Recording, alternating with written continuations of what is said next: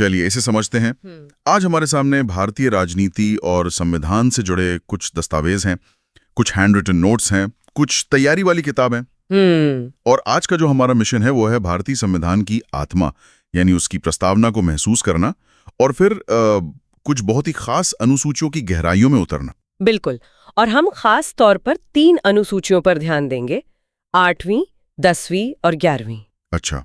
सुनने में ये शायद सिर्फ नंबर लगे, लेकिन ये तीनों भारतीय लोकतंत्र के 3 अलग-अलग लेकिन मैं कहूंगी बेहद जरूरी पहलुओं को छूती हैं। कौन कौन से पहलू? हमारी भाषा की विविधता, हमारी राजनीति की स्थिरता और हमारे शासन की जो जमीनी हकीकत है वो। तो एक तरह से हम संविधान के क्यों, क्या और कैसे को समझने की कोशिश करेंगे। हाँ, कह सकते हैं। प्रस्तावना हमें क्यों का जवाब देगी कि भारत एक राष्ट्र के रूप में क्या बनना चाहता है, और ये अनुसूचियां हमें कैसे का रास्ता दिखाएंगी। बिल्कुल सही। तो चलिए शुरुआत करते हैं प्रस्तावना से, जिसे अक्सर संविधान की आत्मा या पहचान पत्र भी कहा जाता है। हमारे नोट्स कहते हैं कि इसकी कहानी 13 दिसंबर 1946 को शुरू हुई थी। हाँ, जब जवाहरलाल नेहरू ने संविधान सभा के सामने उद्देश्य प्रस्ताव यानी ऑब्जेक्टिव रेजोल्यूशन पेश किया। राइट। और ये सिर्फ एक दस्तावेज नहीं था, ये आजाद भारत का एक सपना था, एक विजन डॉक्यूमेंट था। इसमें बताया गया था कि हम कैसा देश बनाना चाहते हैं। मतलब एक ऐसा देश जहां सत्ता लोगों के हाथ में हो। हाँ, जहां सबको न्याय और आजादी मिले। और इसी विजन को 22 जनवरी 1947 को संविधान सभा ने सर्वसम्मति से स्वीकार कर लिया और यही आगे चलकर हमारी प्रस्तावना का आधार बना। और इसकी शुरुआती भाषा भी बहुत शक्तिशाली है। हम भारत के लोग, हमारे स्रोत बताते हैं कि इसकी प्रेरणा अमेरिका के संविधान से ली गई है, जहां भी शुरुआत वी द पीपल से होती है। हाँ, वी द पीपल से। ये सिर्फ शब्द नहीं है, इसमें एक बहुत गहरा संदेश छुपा है ना? बहुत गहरा। ये 3 शब्द इस बात का ऐलान करते हैं कि भारत में सर्वोच्च शक्ति संसद या सरकार या अदालत नहीं, बिल्कुल, बल्कि भारत की जनता है। बिल्कुल। संविधान को बनाने और उसे अपनाने की शक्ति जनता से ही मिली है। ये लोकतंत्र का सबसे बुनियादी सिद्धांत है। इसके बाद प्रस्तावना भारत के चरित्र को परिभाषित करती है, एक संप्रभु, समाजवादी, पंथनिरपेक्ष, लोकतांत्रिक गणराज्य। यहीं पर एक दिलचस्प मोड़ आता है। हमारे नोट्स में इस बात पर खास निशान लगा है कि समाजवादी और पंथनिरपेक्ष शब्द ये मूल प्रस्तावना का हिस्सा नहीं थे। सही पकड़ा है। इन्हें बाद में जोड़ा गया और ये एक बहुत बड़ा बदलाव था। हाँ, बिल्कुल। यह भारत के राजनीतिक इतिहास का एक बहुत ही महत्वपूर्ण अध्याय है।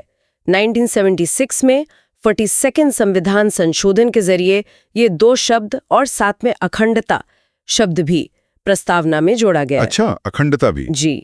और यह संशोधन इतना बड़ा और व्यापक था कि कई लोग इसे मिनी संविधान भी कहते हैं। हाँ। समाजवादी शब्द जोड़ने का मतलब था कि भारत गरीबी और असमानता को कम करने के लिए प्रतिबद्ध है, और पंथनिरपेक्ष का मतलब था कि राज्य का अपना कोई धर्म नहीं होगा और वो सभी धर्मों के साथ समान व्यवहार करेगा। बिल्कुल। तो ये तो हुआ देश का चरित्र, लेकिन प्रस्तावना यही नहीं रुकती। ये देश के नागरिकों के लिए कुछ वादे भी करती है। हमारे स्रोत इसे 4 स्तंभों के रूप में बताते हैं: न्याय, स्वतंत्रता, समता और बंधुता। हाँ, और ये सिर्फ किताबी बातें नहीं हैं। जब प्रस्तावना न्याय की बात करती है तो वो सिर्फ कानूनी न्याय नहीं है, मतलब वो सामाजिक न्याय की बात करती है, यानी जाति, धर्म, लिंग के आधार पर कोई भेदभाव न हो। वो आर्थिक न्याय की बात करती है, यानी अमीर और गरीब के बीच की खाई कम हो। और राजनीतिक न्याय भी, यानी हर किसी को वोट देने और चुनाव लड़ने का हक हो। बिल्कुल। और स्वतंत्रता का मतलब भी सिर्फ घूमने फिरने की आजादी नहीं है। हमारे नोट्स में साफ लिखा है, विचार, अभिव्यक्ति, विश्वास, धर्म और उपासना की स्वतंत्रता। मतलब आप क्या सोचते हैं, क्या बोलते हैं, किस पर विश्वास करते हैं, ये आपका निजी अधिकार है। और फिर आती है समता यानी इक्वालिटी। ये भी 2 स्तरों पर है, प्रतिष्ठा की समता और अवसर की समता। इसका मतलब कानून की नजर में सब बराबर हैं और सबको आगे बढ़ने के बराबर मौके मिलने चाहिए।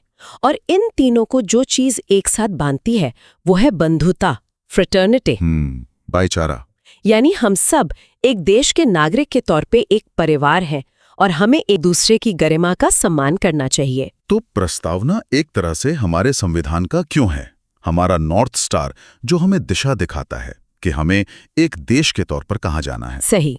लेकिन ये सब होगा कैसे, जमीन पर कैसे उतरेगा?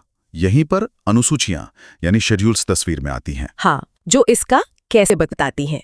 ये संविधान की प्रैक्टिकल वर्क लिस्ट है। क्या बात है, प्रैक्टिकल वर्क लिस्ट, बहुत अच्छा तरीका इसे समझने का। जब संविधान बना था तब 8 अनुसूचियां थी, आज 12 है। हर अनुसूची संविधान के किसी खास हिस्से को और ज्यादा विस्तार से समझाती है। तो आज की चर्चा के लिए चलिए 8वीं अनुसूची से शुरू करते हैं, जो भाषाओं से जुड़ी हुई। हाँ, हमारे देश में तो कहावत है, कोस कोस पर बदले पानी, 4 कोस पर वाणी। तो ये अनुसूची तो भारत की आत्मा से सीधे जुड़ी हुई है। बिल्कुल। जब संविधान लागू हुआ तो इसमें कितनी भाषाएं थीं? तब इसमें 14 भाषाएं थीं, लेकिन आज इसमें 22 भाषाएं शामिल हैं। अच्छा, 14 से 22। हाँ, ये दिखाते हैं कि हमारा संविधान कितना जीवंत है, ये समय के साथ बदलता है और देश की और ज्यादा आवाज़ों को और संस्कृतियों को अपने में शामिल करता है। तो ये जो 14 से 22 का सफर है, ये कैसे तय हुआ? क्या इसके पीछे कोई खास सोच थी? मतलब सिर्फ एक लिस्ट बढ़ाने की बात थी, या इसका कोई गहरा सांस्कृतिक और राजनीतिक मतलब भी है? ये एक बहुत अच्छा सवाल है। ये सिर्फ लिस्ट बढ़ाना नहीं है। किसी भाषा का 8वीं अनुसूची में शामिल होने का मतलब है कि उसे राष्ट्रीय स्तर पर मान्यता मिल गई है। ओके। सरकार उस भाषा के विकास के लिए काम करती है, छात्र उस भाषा में राष्ट्रीय स्तर की परीक्षाएं दे सकते हैं। और संसद के सदस्य उस भाषा में बोल सकते हैं। बिल्कुल, ये उस भाषा को बोलने वाले पूरे समुदाय के लिए एक बहुत बड़े सम्मान और अधिकार की बात है। तो ये बाकी की 8 भाषाएं कब और कैसे जुड़े? हमारे नोट्स में इसका पूरा क्रम दिया गया है। सबसे पहले 1967 में 21st संशोधन के जरिए सिंधी भाषा को जोड़ा गया। 1967 में? हाँ, फिर एक लंबा गैप आया और 1992 में 71st संशोधन के जरिए कोंकणी, मणिपुरी और नेपाली को एक साथ जोड़ा गया। और सबसे हालिया जो बढ़ोतरी हुई वो 2003 में हुई थी, जिसमें 4 भाषाएं शामिल की गईं। जी हाँ, 2003 में 92वें संशोधन के जरिए बोडो, डोगरी, मैथिली और संथाली को जोड़ा गया। ये दिखाता है कि कैसे देश के अलग अलग कोनों से उठी आवाजों को संविधान में जगह मिली। ये भारत की विविधता का जश्न मनाने का एक संवैधानिक तरीका है। तो ये तो हुई भारत की पहचान और उसकी आवाजों की बात। अब आते हैं एक ऐसे मुद्दे पर जो सीधे सत्ता के खेल से जुड़ा है, 10वीं अनुसूची, दल बदल विरोधी कानून। हाँ, जिसे हम आम भाषा में दल बदल विरोधी कानून कहते हैं। ये नाम सुनते ही राजनीति की कई तस्वीरें दिमाग में घूमने लगती हैं। बिल्कुल। इस अनुसूची को 1985 में 52वें संशोधन के जरिए संविधान में जोड़ा गया था। अच्छा। इसके पीछे की कहानी बहुत दिलचस्प है। 70 और 80 के दशक में भारतीय राजनीति में आया राम गया राम का मुहावरा बहुत मशहूर हो गया था। हाँ, मैंने सुना है।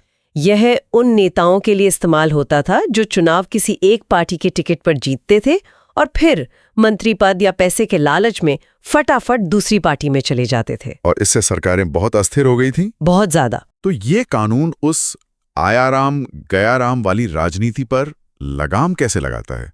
मतलब इसके तहत किसी सदस्य को अयोग्य यानी डिस्क्वालिफाइड कैसे ठहराया जा सकता है? इसके मुख्य रूप से 2-3 आधार हैं।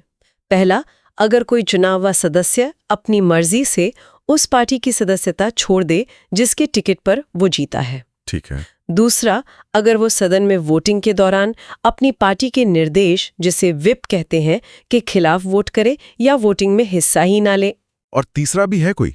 हाँ, अगर कोई निर्दलीय उम्मीदवार जीतने के बाद किसी राजनीतिक दल में शामिल हो जाए। और इन सब मामलों में आखिरी फैसला कौन लेता है? कोई जज या चुनाव आयोग? नहीं, यहीं पर एक पेंच है।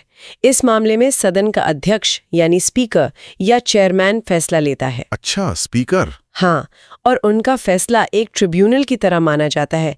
लेकिन यहाँ एक बहुत बड़ी और विवादास्पद बात है जो हमारे स्रोतों में भी बताई गई है। और वो क्या है? कानून ये तो बताता है कि फैसला स्पीकर लेंगे, लेकिन ये नहीं बताता कि उन्हें कितने समय के अंदर ये फैसला लेना होगा। मतलब कोई टाइम लिमिट नहीं है। कोई टाइम लिमिट नहीं। अरे, ये तो कानून की आत्मा पर ही सवाल उठाता है। मतलब एक तरफ आप दल बदल रोकने के लिए कानून बनाते हैं और दूसरी तरफ एक ऐसा लूपहोल छोड़ देते हैं जिससे वो बेअसर हो सकता है। बिल्कुल। क्या हमारे स्रोतों में इसका कोई उदाहरण है कि इस देरी का असल में क्या असर हुआ है? बिल्कुल, कई बार ऐसा देखा गया है कि अयोग्यता की याचिकाएं स्पीकर के पास महीनों बल्कि सालों तक पड़ी रहती हैं। सालों तक? हाँ, इसका नतीजा ये होता है कि जो सदस्य शायद अयोग्य घोषित हो जाना चाहिए था, वो सरकार के पक्ष में महत्वपूर्ण वोटों में हिस्सा लेता रहता है, सरकार बचाता रहता है और कानून का असली मकसद ही खत्म हो जाता है। और जब तक फैसला आता है तब तक या तो सदन का कार्यकाल ही खत्म हो चुका होता है या फिर राजनीतिक समीकरण पूरी तरह बदल चुके होते हैं। लेकिन इसमें बचाव का रास्ता भी तो है ना? अगर कोई एक दो सदस्य नहीं बल्कि पार्टी का एक बड़ा हिस्सा ही दूसरी पार्टी में जाना चाहे तो? हाँ, इसे विलय यानी मर्जर का प्रावधान कहते हैं। अगर किसी पार्टी के कम से कम 2/3 सदस्य किसी दूसरी पार्टी में अपनी पार्टी का विलय करने के लिए राजी हो जाते हैं तो उन पर दल बदल कानून लागू नहीं होता। अच्छा, 2/3? हाँ, इसके पीछे की सोच ये है कि ये व्यक्तिगत लालच नहीं बल्कि एक सामूहिक राजनैतिक फैसला माना जाएगा। हालांकि इस पर भी बहस होती है कि क्या यह बड़े पैमाने पर दल बदल को कानूनी जामा पहनाने का एक तरीका है। बहुत दिलचस्प। तो 8वीं अनुसूची ने हमें भारत की पहचान से मिलाया, 10वीं ने सत्ता के खेल को नियंत्रित करने की कोशिश की। अब चलते हैं 11वीं अनुसूची पर, पंचायती राज। हाँ, जो सत्ता को दिल्ली और राज्यों की राजधानियों से निकालकर सीधे भारत के गांवों तक ले जाती है। बिल्कुल, ये लोकतंत्र को जमीनी स्तर पर ले जाने वाला एक क्रांतिकारी कदम था। इसे 1992 में 73rd संविधान संशोधन अधिनियम के जरिए जोड़ा गया था। 1992 में? हाँ, इसने पंचायती राज संस्थाओं को यानी हमारी ग्राम पंचायतों को एक संवैधानिक दर्जा दिया। हमारे नोट्स में लिखा है कि इसका सीधा संबंध संविधान के अनुच्छेद 40 से है, जो राज्य को ग्राम पंचायतों को संगठित करने का निर्देश देता है। तो क्या ये पहले से ही हमारे संविधान का हिस्सा नहीं था? लेकिन एक बड़े फर्क के साथ।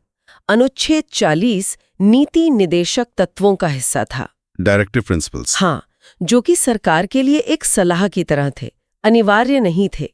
कई राज्यों ने पंचायतें बनाई, लेकिन उनके पास न तो कोई असली शक्ति थी और न ही पैसा। 73वें संशोधन ने उस सलाह को एक संवैधानिक हकीकत में बदल दिया। इसने एक त्रिस्तरीय पंचायती राज व्यवस्था को अनिवार्य कर दिया। गांव, ब्लॉक और जिला स्तर पर? बिल्कुल, गांव के स्तर पर ग्राम पंचायत, ब्लॉक स्तर पर पंचायत समिति और जिले के स्तर पर जिला परिषद। और हमारे नोट्स में एक और बहुत जरूरी बात लिखी है। इस संशोधन ने सिर्फ पंचायतें नहीं बनाई, इसने सत्ता के समीकरण को भी बदला। इसने पंचायतों में महिलाओं के लिए 1/3 सीटों का आरक्षण भी अनिवार्य कर दिया। सही। ये तो सिर्फ सत्ता को गांव तक ले जाना नहीं हुआ, ये तो सत्ता का चेहरा ही बदलना हुआ। आपने बिल्कुल सही नस पकड़ी है। ये इसका सबसे परिवर्तनकारी पहलू था। इसने लाखों महिलाओं को, जो शायद कभी घर से बाहर भी नहीं निकलती थीं, उन्हें अपने गांव की सरपंच और पंच बनाया। हाँ, इसने सत्ता के केंद्र ही बदल दिए और पंचायतों को सिर्फ नाम के लिए नहीं बनाया गया, उन्हें असली काम और शक्तियां भी दी गईं। हाँ, इसी 11वीं अनुसूची में पंचायतों के लिए 29 कामों की एक लिस्ट दी गई है। हाँ, 29 कार्यात्मक विषय। और ये कोई छोटे मोटे काम नहीं है, ये वो काम है जो सीधे गांव के लोगों की जिंदगी से जुड़े हैं। जैसे कि? सोचिए, एक गांव की पंचायत ये फैसला कर रही है कि उनके यहाँ का तालाब गहरा होगा या नहीं, यानी लघु सिंचाई। बच्चों के स्कूल में नया कमरा बनेगा या नहीं, यानी शिक्षा। गांव की सड़क पक्की होगी या नहीं, ग्रामीण आवास। हर घर में पीने का साफ पानी पहुंचेगा या नहीं, मतलब पेयजल। बिल्कुल, इस लिस्ट में तो कृषि, भूमि सुधार, पशुपालन, मछली पालन, लघु उद्योग, गरीबी उन्मूलन कार्यक्रम और महिला एवं बाल विकास जैसे विषय भी हैं। सही। ये वो फैसले हैं जो दिल्ली या लखनऊ में बैठे किसी अफसर के बजाय गांव के लोग चौपाल पर बैठकर खुद ले रहे हैं। यही इस अनुसूची की असली ताकत है। ये वो लोकतंत्र को सबसे निचले स्तर तक ले जाती है, जहां वो सबसे ज्यादा मायने रखता है। बिल्कुल। तो आज की इस पूरी चर्चा को अगर समेटना हो तो इसका क्या मतलब निकलता है? हमने प्रस्तावना से शुरू किया, जो एक आदर्श है, एक सपना है, और फिर 3 अनुसूचियां देखी जो सपने को हकीकत में बदलने की कोशिश करती हैं। हाँ, और अगर आप इन तीनों को एक साथ देखें तो एक दिलचस्प पैटर्न उभरता है। 8वीं अनुसूची भारत की पहचान को स्वीकार करती है और उसका सम्मान करती है, हमारी भाषाई विविधता को संजोती है। 10वीं अनुसूची सत्ता के खेल को नियंत्रित करने और उसमें नैतिकता लाने की कोशिश करती है। और 11वीं अनुसूची उसी सत्ता को उसके असल मालिकों यानी जनता के हाथों तक पहुंचाती है। वाह, यह पहचान, नियंत्रण और विकेंद्रीकरण का एक शक्तिशाली त्रिकोण है जो हमारे लोकतंत्र की मशीनरी को चलाता है। बिल्कुल। प्रस्तावना हमें लक्ष्य देती हैं और ये अनुसूचियां हमें उस लक्ष्य तक पहुंचने के कुछ रास्ते और नियम बताती हैं। सही कहा। ये दिखाता है कि हमारा संविधान केवल एक कानूनी दस्तावेज नहीं है, बल्कि यह एक सामाजिक और राजनीतिक परिवर्तन का एक जिंदा साधन है जो लगातार विकसित हो रहा है। चलिए आज की इस गहरी पड़ताल को एक विचार के साथ समाप्त करते हैं। संविधान का अनुच्छेद 51A नागरिकों के मौलिक कर्तव्यों को सूचीबद्ध करता है। इनमें से एक कर्तव्य है वैज्ञानिक दृष्टिकोण, मानववाद और ज्ञानार्जन तथा सुधार की भावना का विकास करना। आज के सोशल मीडिया, सूचना और दुष्प्रचार के युग में एक नागरिक के रूप में इस संवैधानिक कर्तव्य को अपने रोजमर्रा के जीवन में कैसे निभाया जा सकता है, इस पर जरूर सोचिएगा।